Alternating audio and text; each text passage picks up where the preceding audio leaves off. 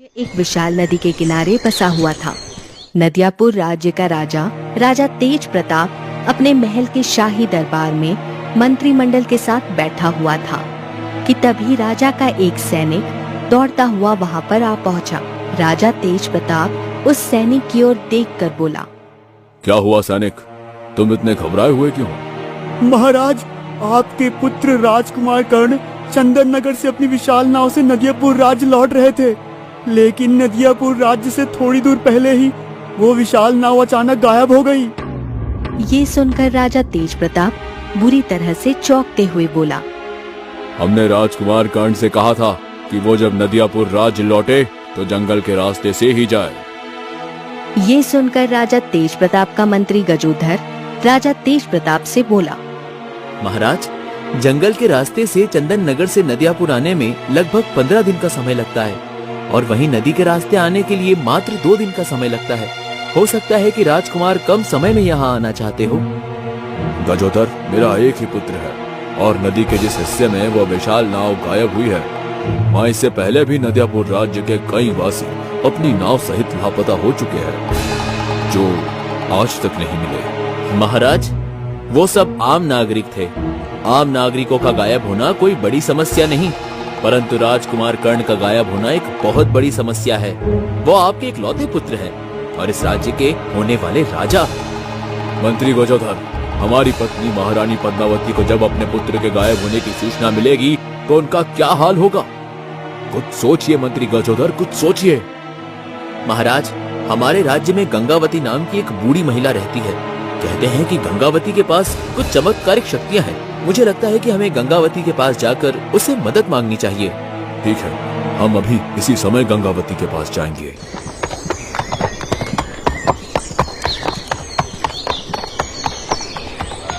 कुछ ही देर में राजा तेज प्रताप मंत्री गजोधर के साथ गंगावती के घर के अंदर खड़ा हुआ था। गंगावती चारपाई पर आराम से आंखें बंद किए हुए लेटी थी और एक 20 वर्षीय की युवती गंगावती के पैर दबा रही थी। वो युवती राजा तेज प्रताप और मंत्री को देखकर पूरी तरह से चौंकते हुए बोली, आंखें खोलिए माँ जी, महाराज स्वयं यहाँ पर पधारे हैं। उस युवती की बात सुनकर गंगावती तुरंत उठकर बैठ गई और राजा तेज प्रताप की ओर देखकर बोली, मेरे तो भाग्य ही खुल गए, महाराज स्वयं मेरे गरीब खाने में पधारे हैं। राजा तेज प्रताप सारी घटना बताते हुए गंगावती से बोला, मुझे किसी भी हाल में अपना पुत्र चाहिए गंगावती, और वो भी जीवित। गंगावती हंसते हुए राजा तेज प्रताप से बोली, इससे पहले नदियापुर राज्य के ना जाने कितने वासी उस नदी में गायब हो गए, आपको कभी उनकी चिंता तो नहीं हुई? तभी मंत्री गजोधर गंगावती से बोला, मत भूलिए गंगावती, इस बार राजकुमार स्वयं गायब हुए हैं। इससे पहले जो नागरिक गायब हुए थे वो सब आम नागरिक थे। उनके गायब होने से किसी को कोई फर्क नहीं पड़ता। मंत्री गजोधर की बात सुनकर गंगावती उसकी ओर गौर से देखने लगी। अचानक उसने अपनी आंखें बंद कर ली। कुछ देर बाद गंगावती अपनी आंखें खोलकर राजा तेज प्रताप को देखते हुए बोली, इस राज्य में आपकी कोई मदद नहीं कर सकता सिवाय एक परिवार के। कौन सा परिवार? उस परिवार को आपको स्वयं तलाशना होगा महाराज। वो नदी के किनारे जंगल में एक झोपड़ी में रहता है। उस परिवार में केवल 3 सदस्य हैं और वो तीनों सदस्य बहुत ही आम जीवन जीना पसंद करते हैं। आखिर उस परिवार में ऐसी क्या खास बात है? वो मुझे नहीं पता। जब मैंने अपनी आंखें बंद की तो मेरी जादुई शक्तियों ने सिर्फ उसी परिवार को दिखाया। उस परिवार में एक बूढ़ा व्यक्ति अपनी पत्नी और अपने पुत्र के साथ रहता है। आपको अभी से उनकी तलाश शुरू कर देनी चाहिए। गंगावती की बात सुनकर राजा तेज प्रताप मंत्री गजोधर सहित वहां से वापस चले गया और अपने मंत्री और सैनिकों के साथ उस परिवार की खोज में लग गया।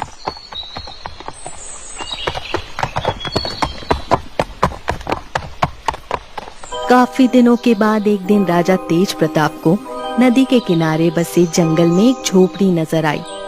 उस झोपड़ी के बगल में एक 20 वर्षीय युवक लकड़ियां काट रहा था और ठीक उसके बगल में बैठा हुआ एक बूढ़ा व्यक्ति उन लकड़ियों को इकट्ठा कर रहा था। राजा तेज प्रताप तुरंत वहां जाकर उस बूढ़े से बोला, तुम्हारा नाम क्या है और तुम्हारे परिवार में कितने लोग रहते हैं? ये सुनकर वो बूढ़ा राजा की ओर गौर से देखता हुआ बोला, आप तो नदियापुर राज्य के महाराज मालूम होते हैं। तुमने जिस स्थान पर अपनी झोपड़ी बनाई है वो स्थान भी नदियापुर राज्य की ही सीमा में आता है। मेरा नाम अशोक है और ये मेरा पुत्र चंदन है। मेरे परिवार में केवल 3 ही सदस्य हैं। मैं, मेरा पुत्र चंदन और मेरी बूढ़ी पत्नी। उस बूढ़े ने इतना कहा ही था कि तभी मंत्री गजोधर राजा तेज प्रताप से बोला, महाराज, गंगावती ने जिस परिवार की निशानियां बताई थी, लगता है ये वही परिवार है। राजा तेज प्रताप अशोक की ओर देखकर बोला, मुझे अपने पुत्र को ढूंढने में तुम्हारी मदद चाहिए। मैं आपकी बात का मतलब नहीं समझा महाराज। राजा तेज प्रताप बूढ़े अशोक को सारी घटना बताते हुए बोला, और गंगावती ने मुझे बताया कि सिर्फ तुम्हारा परिवार ही मेरी मदद कर सकता है। राजा तेज प्रताप की बात सुनकर वो बूढ़ा व्यक्ति गहरी सोच में डूबता हुआ बोला, महाराज, लगता है गंगावती को कोई गलतफहमी हुई होगी। ना ही मेरे परिवार के पास कोई अलाउद्दीन का चिराग है और ना ही जादुई शक्तियां। भला मेरा परिवार आपके पुत्र को ढूंढने में कैसे सहायता कर सकता है? और जहाँ तक नदी में गायब होने वाली बात है, तो मैंने सुना है कि कुछ समय से नदियापुर राज्य के कई वासी भी वहाँ पर गायब हो चुके हैं। अगर मेरे परिवार के पास कुछ जादुई शक्तियाँ होती तो सबसे पहले मैं उन नागरिकों को ढूंढकर उनके परिवार से उन्हें मिला देता। ये सुनकर राजा तेज प्रताप बुरी तरह से क्रोधित होता हुआ अपने सैनिकों से बोला, लगता है ये हमें मूर्ख समझ रहा है। इसे तुरंत गिरफ्तार करके कारागार में डाल दो।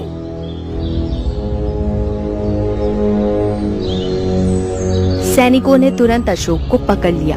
अपने पिता को बंदी बनता देख अशोक का पुत्र चंदन राजा तेज प्रताप की ओर देखकर बोला, मेरे पिता सही बोल रहे हैं महाराज, आपको जरूर कोई गलतफहमी हुई है। इन्हें छोड़ दीजिए। तुम्हारा परिवार राज्य से अलग हटकर जंगल की सीमा पर क्यों रहता है? जरूर तुम सब जादू टोना करते हो और तुम्हारे पास कुछ अद्भुत जादुई शक्तियां हैं जिसे तुम मुझसे छुपाने का प्रयास कर रहे हो। अपने पिता का जीवन अगर चाहते हो तो 7 दिन के अंदर अंदर मेरे पुत्र को लेकर महल में चले आना, नहीं तो 7 दिन बाद अपने पिता का शव ले जाना।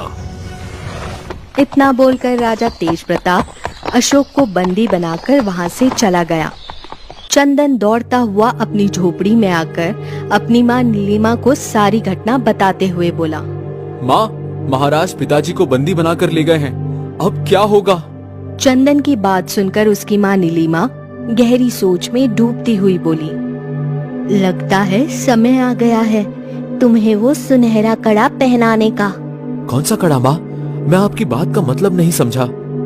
चंदन की बात सुनकर नीलिमा एक पुराने बक्से से एक सुनहरे रंग का कड़ा निकाल कर ले आई और चंदन को पकड़ाते हुए बोली, ये कड़ा तुम्हारे पिताजी के पिताजी ने मुझे दिया था और कहा था कि ये कड़ा एक चमत्कारिक कड़ा है और इस कड़े को अपने पुत्र को देना। तुम्हें इस कड़े को पहनकर नदी के उस स्थान पर जाना होगा जहाँ पर राजकुमार कर्ण गायब हुआ है। चंदन उस कड़े को गौर से देखते हुए बोला, मगर पिताजी ने तो मुझे इस कड़े के बारे में कुछ भी नहीं बताया।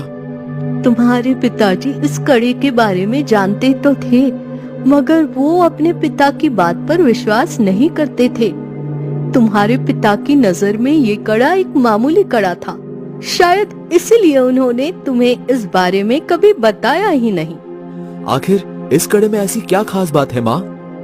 ये तो मुझे भी नहीं पता बेटा, बस तुम्हारे दादा ने मुझे बताया था इस कड़े में कुछ चमत्कारिक शक्तियाँ है। चंदन, तुम्हारे पिताजी की जान खतरे में है और अपने पिता को बचाना तुम्हारा कर्तव्य है। अपनी माँ की बात सुनकर चंदन वो कड़ा पहनकर नदी के किनारे पहुंचकर अपनी नाव में बैठ गया और नाव चलाता हुआ अपने आप से बोला, माँ के कहने पर मैं यहाँ आ तो गया, लेकिन मुझे तो ये पता ही नहीं कि राजकुमार कर्ण आखिर नदी के किस स्थान पर गायब हुआ था, और ये नदी तो बहुत ही विशाल है। चंदन ने इतना कहा ही था कि तभी चंदन का कड़ा सुनहरे रंग की किरणों से एक सीधी दिशा में चमकने लगा। कड़े से निकली हुई सुनहरे रंग की लकीर काफी दूर तक जा रही थी। उस सुनहरी लकीर को देखकर चंदन फिर से अपने आप से बोला, लगता है ये वास्तव में एक जादुई कड़ा है जो मुझे उस दिशा की ओर ले जाना चाह रहा है जहाँ पर राजकुमार कर्ण गायब हुआ है। चंदन कड़े से निकली हुई सुनहरी लकीर की ओर नाव को तेज गति से चलाने लगा। चंदन को नाव चलाते हुए काफी देर हो चुकी थी। रात के काले साए चारों ओर फैलने लगे थे। अचानक उस कड़े से सुनहरे रंग की लकीर गायब हो गई। अब क्या करूं? इस कड़े से निकलती हुई सुनहरी लकीर तो गायब हो गई और मैं बहुत दूर तक निकल आया हूं और रात भी हो चुकी है। तभी पानी के अंदर एक तेज धमाका हुआ। अगले ही पल नदी से एक सुंदर जलपरी निकलकर चंदन के सामने आकर खड़ी हो गई और चंदन को घूरती हुई बोली, कौन हो तुम और यहाँ पर क्यों आए हो? मेरा नाम चंदन है। चंदन सारी घटना बताते हुए उस जलपरी से बोला, मुझे किसी भी हाल में राजकुमार कर्ण को जीवित महाराज तक पहुंचाना होगा, नहीं तो महाराज मेरे पिता की हत्या कर देंगे। जलपरी हंसती हुई चंदन की ओर देखकर बोली, राजकुमार कर्ण के साथ साथ नदियापुर राज्य के बहुत से नागरिक भी इसी जगह पर लापता हुए हैं। लेकिन उन सब के गायब होने का रहस्य क्या है? आखिर क्यों नदी के स्थान पर लोग गायब हो जाते हैं? क्योंकि उन सबको मैं बंदी बना लेती हूँ। ये इलाका मेरा है। अब तुम मुझे बताओ चंदन कि तुम किसे वापस ले जाना चाहते हो, उन गरीब नदियापुर राज्य के वासियों को या फिर राजकुमार कर्ण को? जलपरी की बात सुनकर चंदन बहुत गहरी सोच में डूबते हुए बोला, मैं नदियापुर राज्य के उन वासियों को वापस ले जाना चाहता हूँ जो अपने परिवार का सहारा थे। तुम चाहते तो राजकुमार कर्ण को भी मांग सकते थे और तुम्हारे पिता की जान बच सकती थी। जानता हूँ, लेकिन मेरे पिता की जान से कहीं ज्यादा कीमती नदियापुर राज्य के उन गरीब लोगों की जान है जिनके परिवार उन्हें याद करके रोते रहते हैं। ठीक है, लेकिन मैं उन सबको एक शर्त पर आजाद करूंगी। कौन सी शर्त? यहाँ से कुछ दूर इस नदी के पानी के अंदर एक जल कुकड़ी चुड़ैल का आतंक है। तुम्हें उस जल कुकड़ी चुड़ैल का अंत करना होगा। अगर तुम उसका अंत करने में कामयाब हो जाते हो तो मैं नदियापुर राज्य के वासियों को तुम्हें सौंप दूंगी। अगर उनकी जान बचाने के लिए मुझे जल कुकड़ी चुड़ैल से लड़ना होगा तो मैं तैयार हूँ, भले ही मुझे इसके लिए अपने प्राण ही क्यों न देने पड़ जाए। ठीक है, मैं तुम्हारा यही इंतजार करूंगी। चंदन अपनी नाव को लेकर आगे की दिशा की ओर चलने लगा। चंदन की नाव कुछ ही दूर चली थी कि अचानक पानी में एक तेज धमाके के साथ एक भयानक दिखने वाली स्त्री पानी के अंदर से निकलकर चंदन के सामने खड़ी हो गई। उसके शरीर पर मछली जैसे कांटे उगे हुए थे। वो क्रोधित अवस्था में चंदन की ओर देखकर बोली, रात के समय तुम्हारी इस इलाके में आने की हिम्मत कैसे हुई? क्या तुम्हें मौत का खौफ नहीं? मैं तुमसे लड़ने आया हूँ। मूर्ख, ना तो तेरे पास कोई हथियार है और ना तो कोई जादूगर है। तू लड़ने नहीं बल्कि मरने आया है। जल कुकड़ी चुड़ैल ने इतना कहा ही था कि तभी चंदन के कड़े से आग निकलने लगी। उस आग ने बड़ी फुर्ती से जल कुकड़ी चुड़ैल के शरीर को पकड़ लिया। कुछ ही पलों में जल कुकड़ी चुड़ैल जलकर राख बनकर पानी में तैरने लगी। चंदन अपनी नाव से दोबारा उसी स्थान पर आ गया जहां पर जलपरी उसका इंतजार कर रही थी।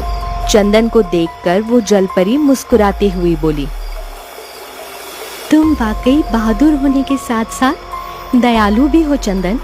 तुम परीक्षा में पास हो गए। मैं आपकी बात का मतलब नहीं समझा। चंदन, तुम्हारे पूर्वज नदियापुर राज्य के राजा थे जिन्हें राजा तेज प्रताप के पूर्वजों ने धोखे से हराकर उनके राज्य पर कब्जा कर लिया। तब से तुम्हारे पूर्वजों का दिल संसार की मोह माया से हट गया और उन्होंने जंगल में बसेरा बना लिया, जहाँ पर तुम रहते हो। बहुत समय पहले तुम्हारे पूर्वजों ने एक शिकारी से मेरी जान बचाई थी और मैंने बदले में उन्हें भेंट स्वरूप उन्हें ये कड़ा दिया था जो तुम अपने हाथ में पहने हो।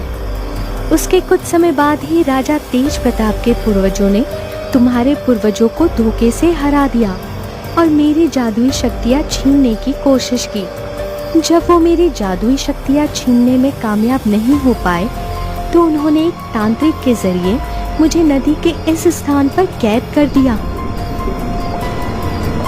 कैद होने की वजह से इस कड़े की शक्तियाँ कुछ समय के लिए कमजोर पड़ गई और ये मामूली कड़ा बन गया। फिर तुम आजाद कैसे हुई? और आजाद होने के बाद तुमने नदियापुर राज्य के वासियों को बंदी क्यों बनाया? कैद होने के बाद मैं ईश्वर की भक्ति में लीन रही और ईश्वर ने मुझ पर दया की और मैं आजाद हो गई।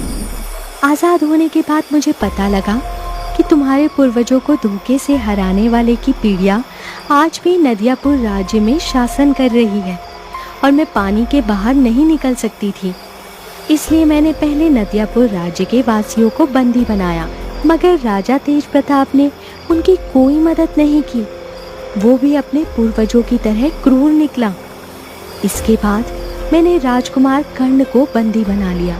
मुझे पता था कि अपने बेटे के गायब होने के बाद राजा तेज प्रताप किसी न किसी के जरिए उस परिवार के पास पहुंचेगा जिसके पास मेरा दिया हुआ सोने का जादुई कड़ा होगा। अब तुम नदियापुर राज्य के वासियों और राजकुमार को आजाद कर दो। अचानक चंदन को नाव में नदियापुर राज्य के वासी नजर आने लगे। उन्हीं लोगों में राजकुमार कर्ण भी मौजूद था, मगर उसके हाथ बंधे हुए थे।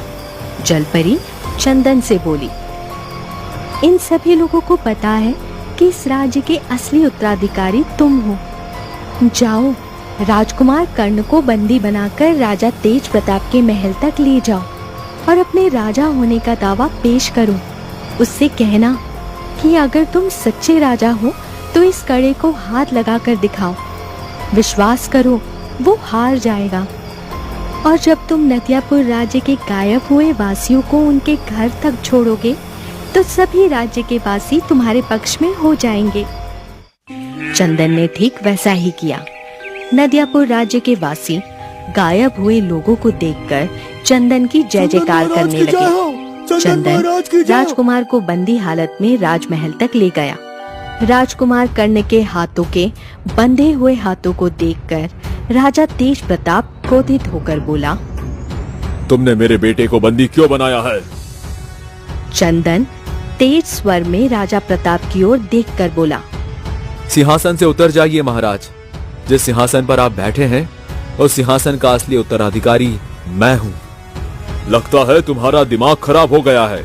चंदन सारी घटना दरबारियों को बताते हुए राजा तेज प्रताप से बोला, अगर तुम सच्चे हो तो मेरे इस कड़े को हाथ लगाकर दिखाओ। अपनी और अपने पूर्वजों की सच्चाई को साबित करके दिखाओ। चंदन की बात सुनकर राजा तेज प्रताप बुरी तरह से घबरा गया। तभी राजा तेज प्रताप का मंत्री गजोधर राजा तेज प्रताप से बोला, महाराज, इस समय हार मानने में ही भलाई है। आप और हम जानते हैं कि सच्चाई क्या है। सच यही है कि आपके पूर्वजों ने चंदन के पूर्वजों को धोखे से हराकर नदियापुर राज्य को हथिया लिया था और हम और आप अब तक यही समझते आए कि असली उत्तराधिकारी समाप्त हो चुके हैं। उस जलपरी ने राज्य के असली उत्तराधिकारी को ढूंढ लिया है और सच्चाई भी बता दी है। राजा तेज प्रताप चुपचाप सिंहासन से उठकर खड़ा हो गया और अपने सिर का मुकुट चंदन को पहना दिया और अपने परिवार को लेकर राज्य से निकल गया। चंदन ने अपने पिता को आजाद कर दिया और इस प्रकार नदियापुर राज्य का